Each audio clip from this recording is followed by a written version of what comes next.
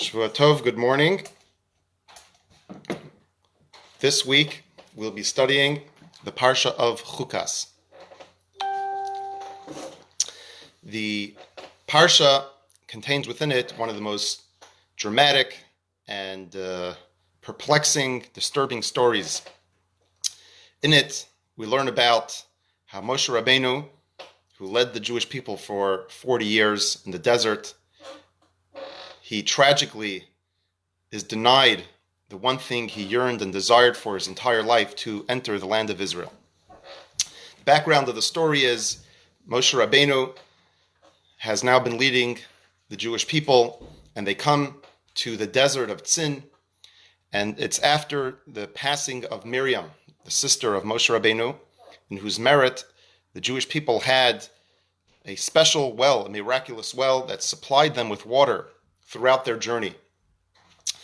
Upon her passing, this well, this be'er of Miriam as well, ceased to provide the water. The Jewish people come to Moshe Rabbeinu and they complain and they say, "We are thirsty. If we don't get any water, we will die here in the desert." So Hashem tells Moshe Rabbeinu to take his staff and to go over to the rock and speak to it, so water shall emerge, and with it the Jewish people will be able to drink. But something happens. When Moshe Rabbeinu approaches the rock, instead of speaking to the rock, he proceeds to strike it with his stick.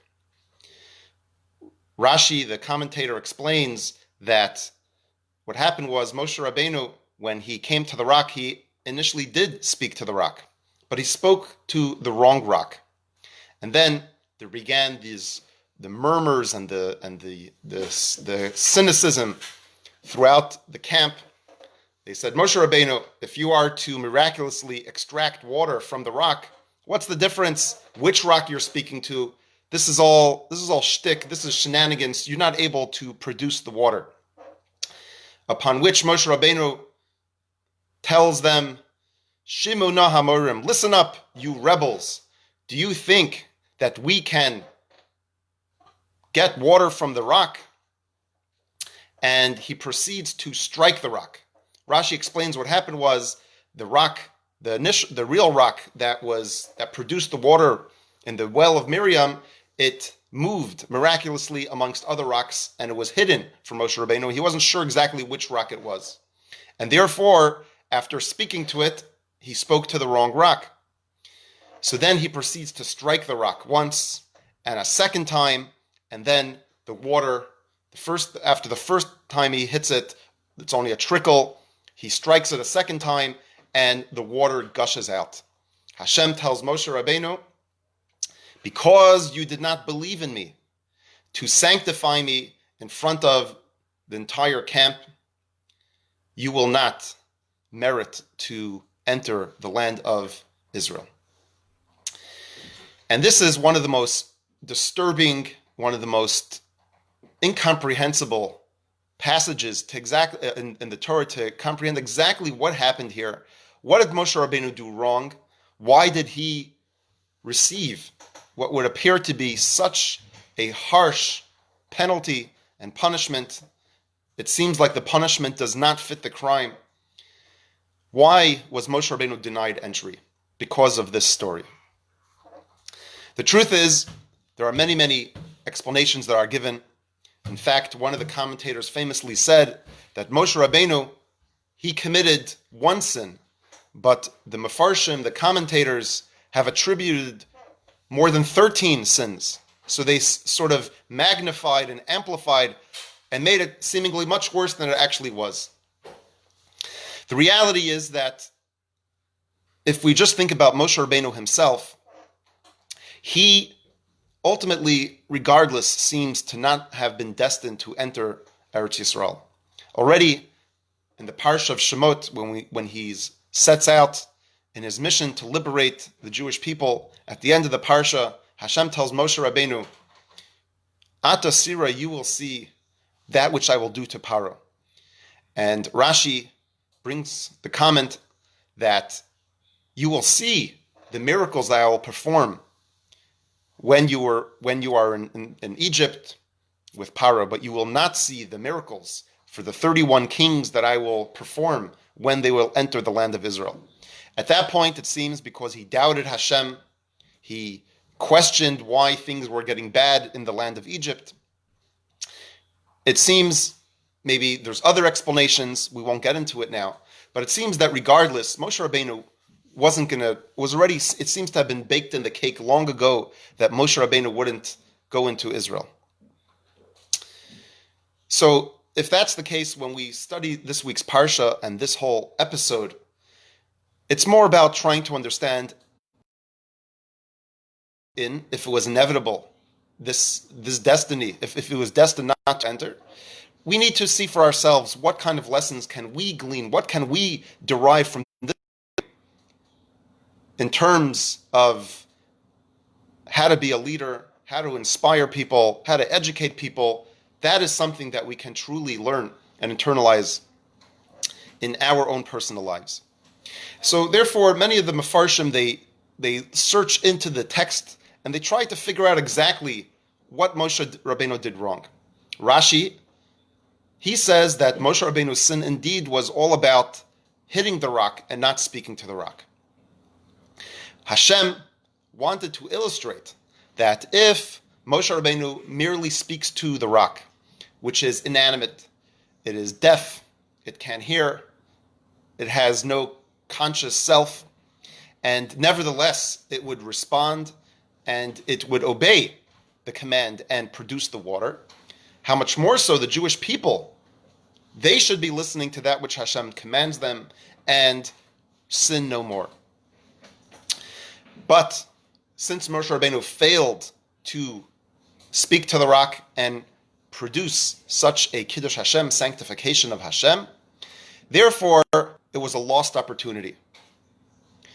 Perhaps some have explained, and the Rebbe says that especially since there was a public nature to this. It wasn't just a sin that was private between Moshe Rabbeinu and Hashem. It was before all of the Jewish people. So therefore, the sin was that more egregious, that more significant, thus warranting a more severe punishment. Some advocate on Moshe Rabbeinu's behalf, and they explain that ultimately Moshe Rabbeinu knew all of that. But being a defender and a lover of the Jewish people, he did not want to cast them in a negative light, and therefore he didn't want to contrast. If he were to speak to the rock, if he would only speak to the rock, but he would not hit the rock, so then it would show how the rock is more obedient, the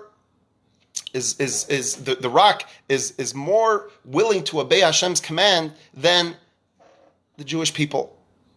The Jewish people would thus be seen beneath the level of a rock, and Moshe Rabbeinu did not want to highlight this contrast between how disobedient and quarrelsome and insubordinate and stubborn the Jewish people are compared to the rock. There's other commentators that say it had nothing to do with the hitting. The hitting wasn't a problem. And the truth is, if you think about it, what's the difference if you hit the rock or you speak to the rock?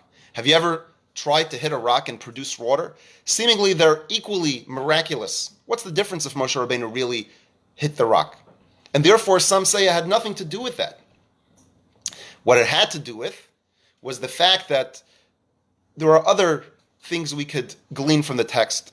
Ramban, Nachmanides says, it was because Moshe Rabbeinu said, "Haminatzela hazeh notzi lechamayim." He seemed to imply that the true source of the miracle wasn't attributed to Hashem, rather they were the ones who would extract the water from the rock. So it was a lack of faith on Moshe Rabbeinu's part. Especially it seems to jive with the text as Hashem tells Moshe Rabbeinu in the aftermath that because lo ha'amantim bi, you did not believe in me. It seems that Hashem's highlighting was a lack of faith on Moshe Rabbeinu's part, and that is the reason why he received such a severe punishment not to enter Eretz Yisrael. Even though it seems that Many, many years earlier, as soon as the Jewish people left Mitzrayim, there was the story that they were in Refidim and there was no water. And Moshe Rabbeinu was actually at that point commanded by Hashem to strike the rock. If that is the case, if he was commanded at that point to strike the rock, what changed? Why in this week's parsha can Moshe Rabbeinu not strike the rock and he needs to speak to it? What is the difference between now? What changed in 40 years? Maimonides, Rambam says, no, it has nothing to do with the striking of the rock or speaking to the rock. Here, Moshe Rabbeinu, it seems, lost it. He starts to holler at the Jewish people and say, Shimu no Hamorim, listen up, you rebels. Moshe Rabbeinu, his sin, his failing juncture has nothing to do with whether the manner how he extracted the water, through hitting or speaking. It was about his anger. The fact that Moshe Rabbeinu, at such a public forum, he is displaying such a fit of rage, it was unbecoming someone of Moshe Rabbeinu's stature, and thus he forfeited his chance to enter the land of Eretz Yisrael. Abarbanel, another commentator, he says this whole story actually had nothing to do with Moshe Rabbeinu's forfeiture of entering the land of Eretz Yisrael. It actually is attributed to a sin that we learned about several weeks ago, Moshe Rabbeinu's sending of the spies. That commissioning of agents and spies, that was not something that should have done. It ended in an abysmal failure. That is why Moshe Rabbeinu was punished. Aaron, he was involved, associated, maybe it was willingly, unwillingly, to the Cheta Egel, to the sin of the golden calf. This story is a cover. It is really, since it was their association with those aforementioned sins, cast them in a very, very negative light.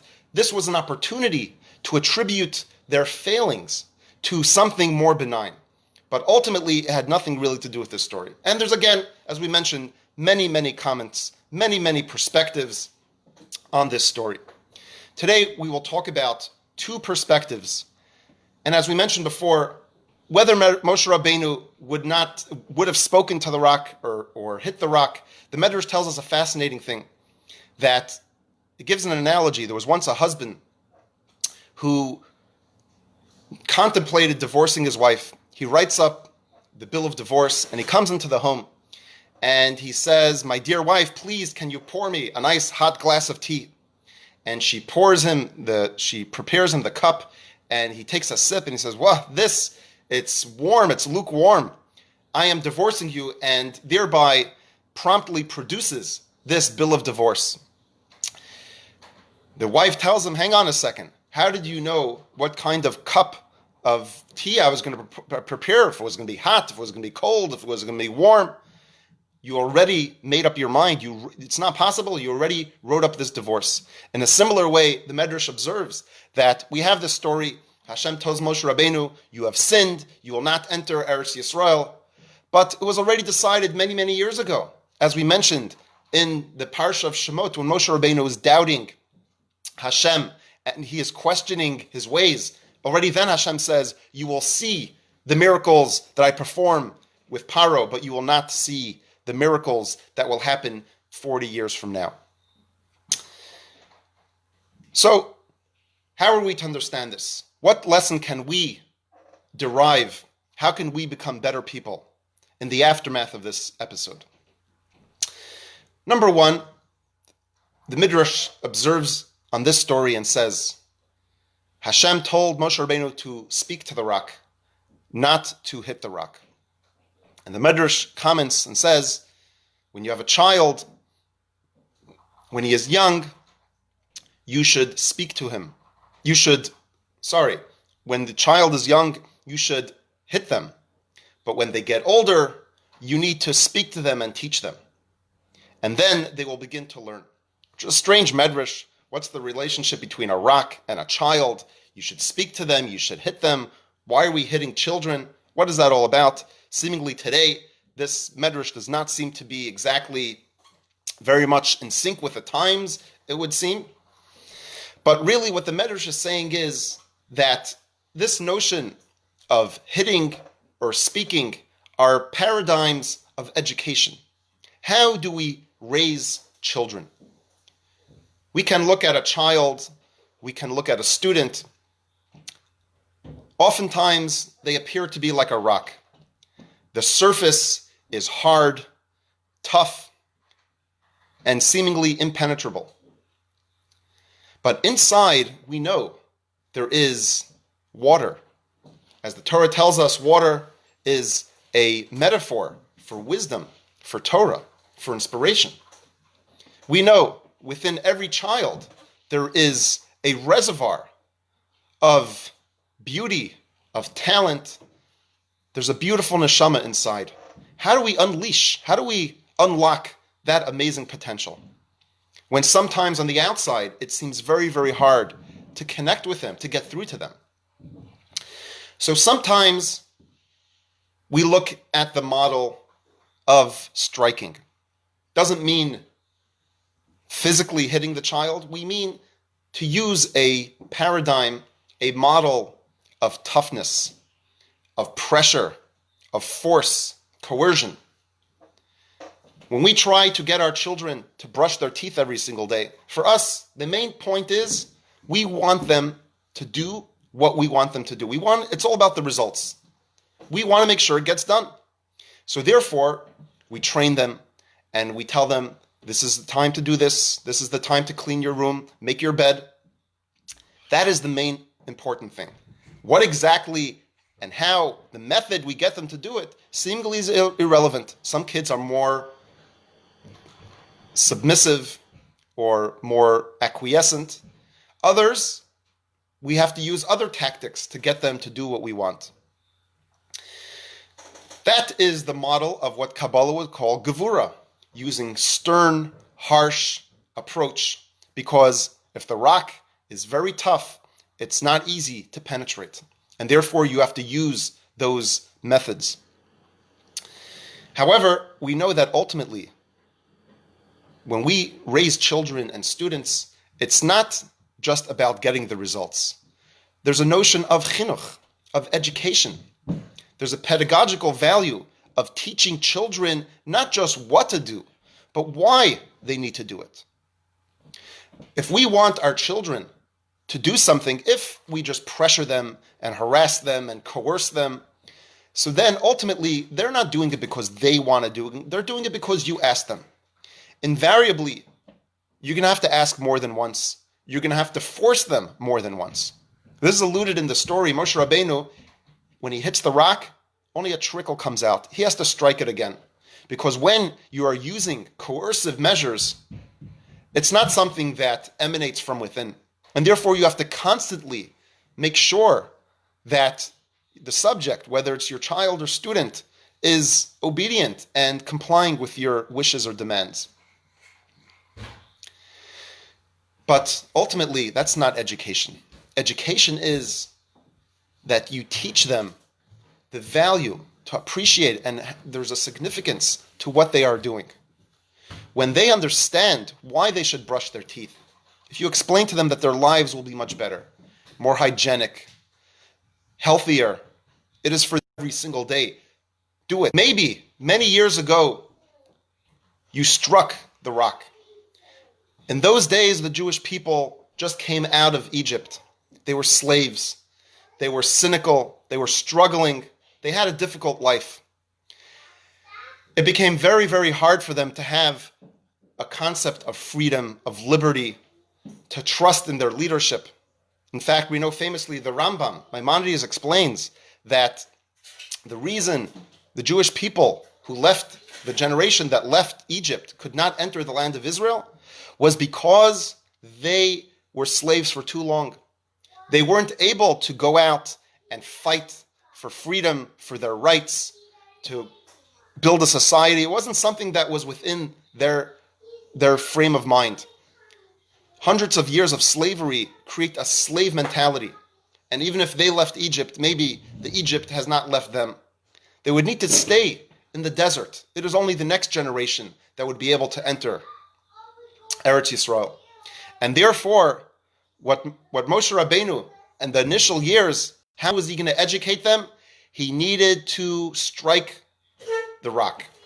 which striking of the rock alludes to the fact that the surface was so tough and impenetrable that the only way he could get through to them is through the pressure model of education.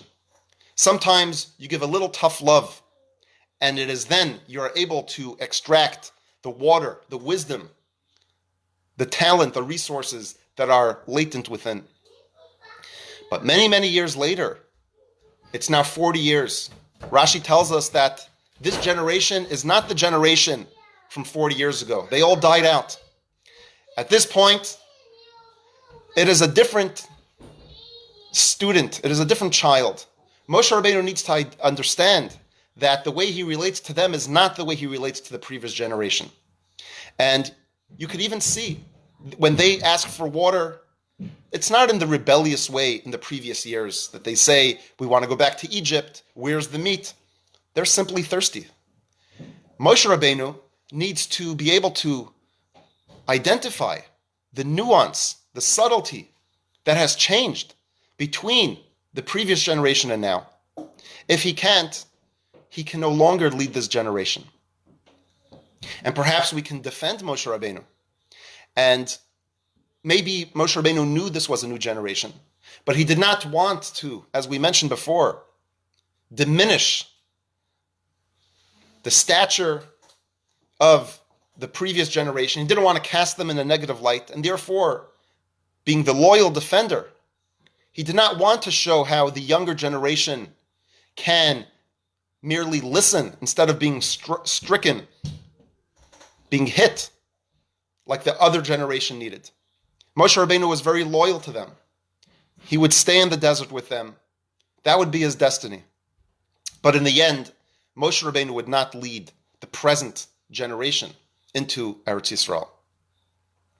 Because there comes a time that you have to adapt, be in tune with who your followers, your constituents, your students, who your children really are. You have to be able to distinguish between one child and another child. The education method that works for one doesn't work for the other. And you have to realize that true education is not just to beat that person into submission, but to be able to speak to them, to show them.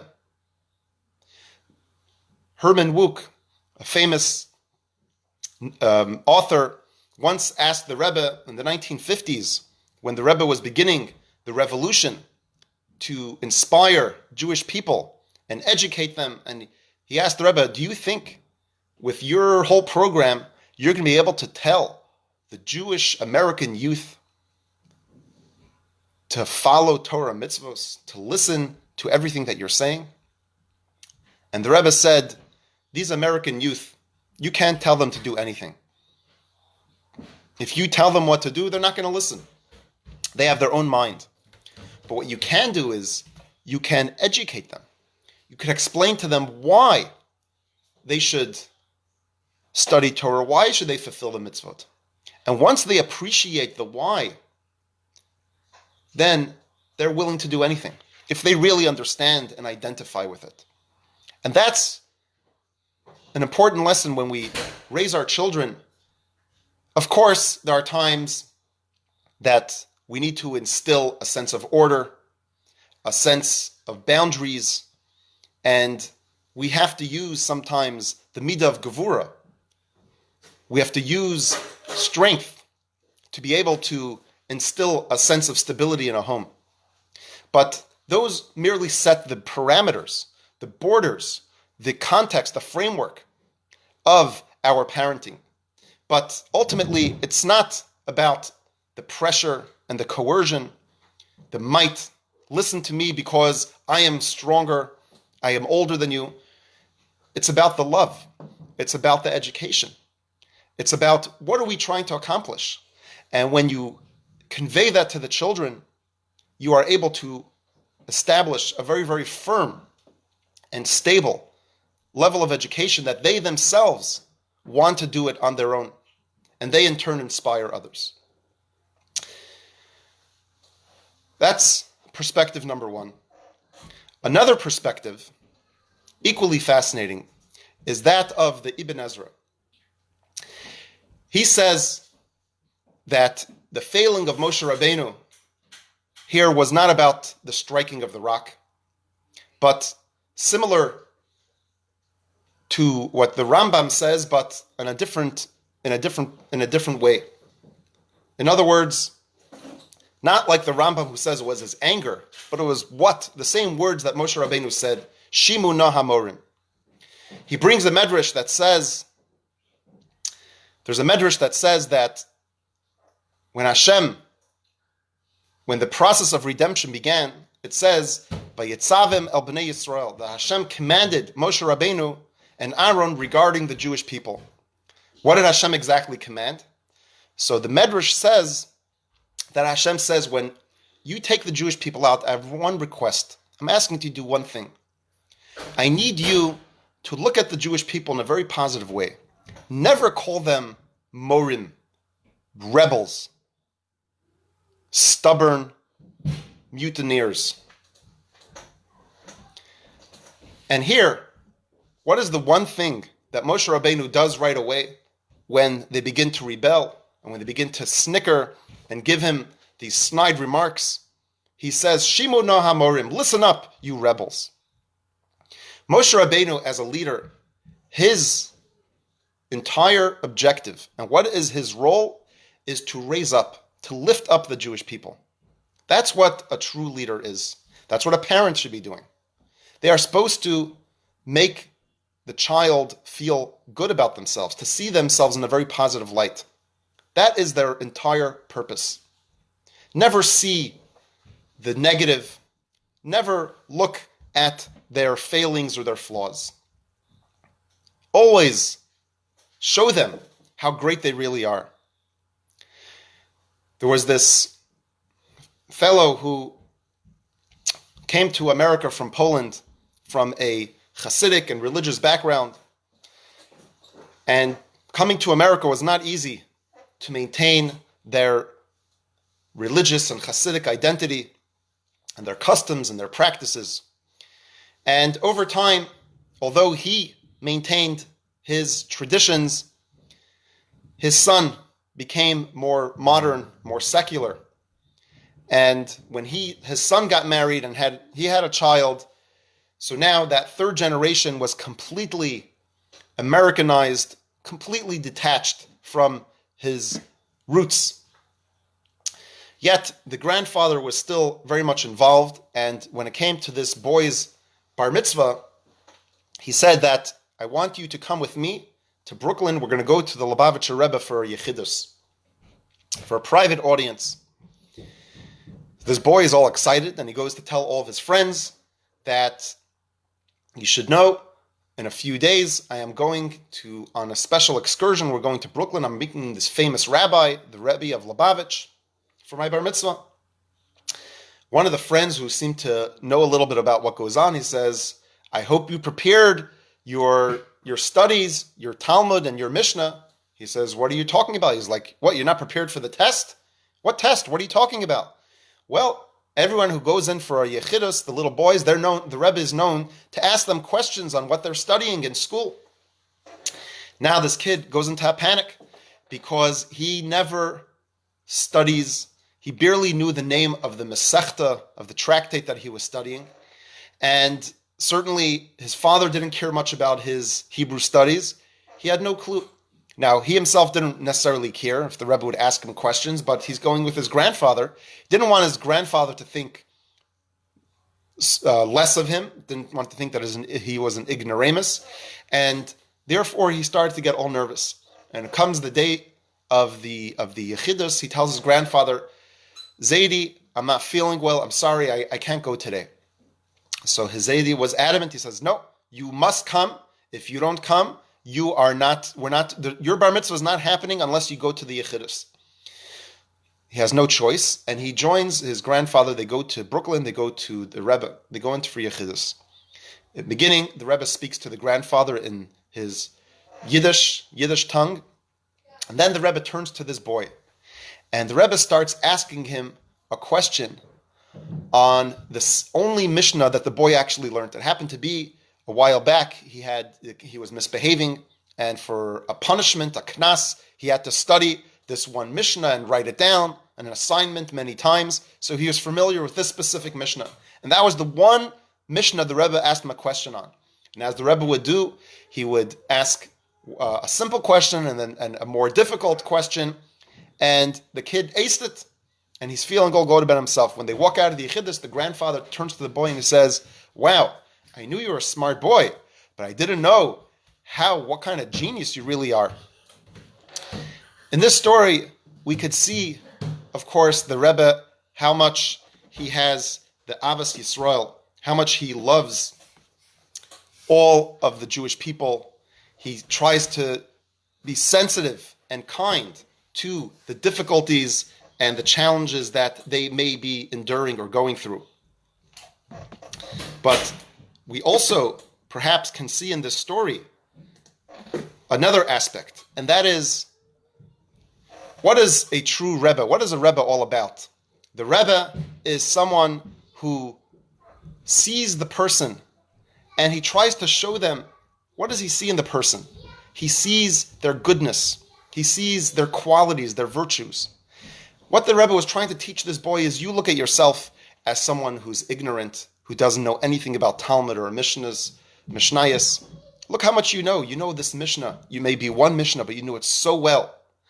And now this boy looks at himself as a Talmud Chacham, as someone who is very, very knowledgeable. And therefore, what the Rebbe was trying to teach this boy was that you're amazing. And that is a very, very important virtue and quality that a leader needs to have. And ultimately, this was the challenge of Moshe Rabbeinu.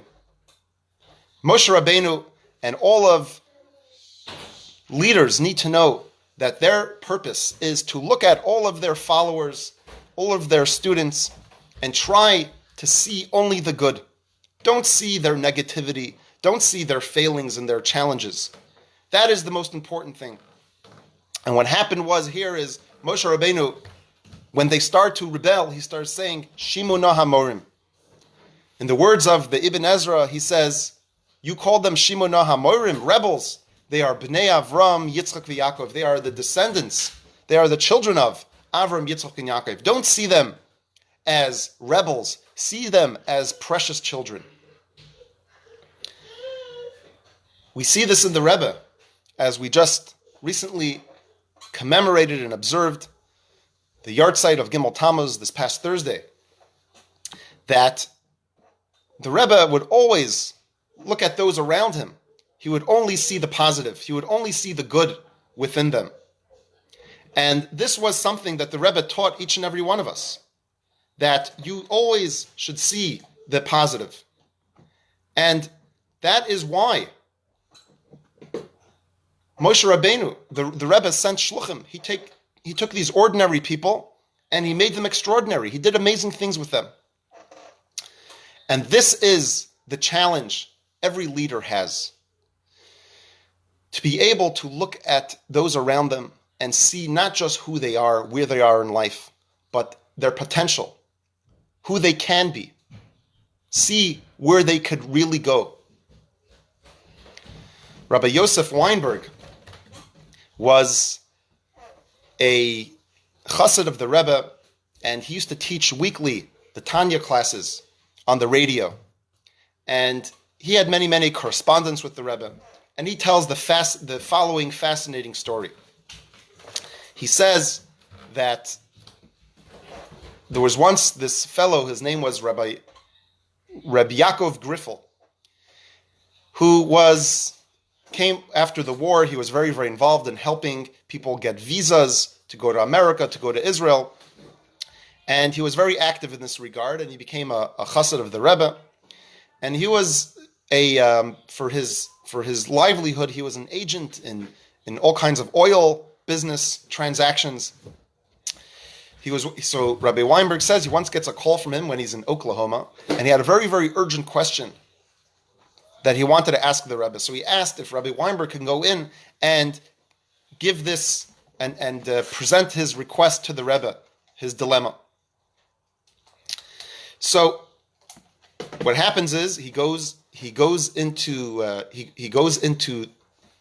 typically there was Rabbi Chadakov was the Rebbe's secretariat, and he would go in at the end of the day and bring in all of the questions that and yes, I'm doing a Zoom. He would bring into the Rebbe all of the questions of that day. But he said by the time he got there, Rabbi Chadakov was already in the Rebbe's room. He missed that opportunity. Mm-hmm. But he knew it was a very, very important and time-sensitive thing. So he took a note and he put it in an envelope and he put it in the crack of the door. He was hoping that when Rabbi Chadakov would go out, he would see this letter and then he would present it to the Rebbe. What happened was, unfortunately, that as Rabbi Chadakov, he would back out. When he would walk out of the Rebbe, he would walk out backwards. He walked out and he did not notice the letter. And when he walked out of the room, the letter fell to the ground.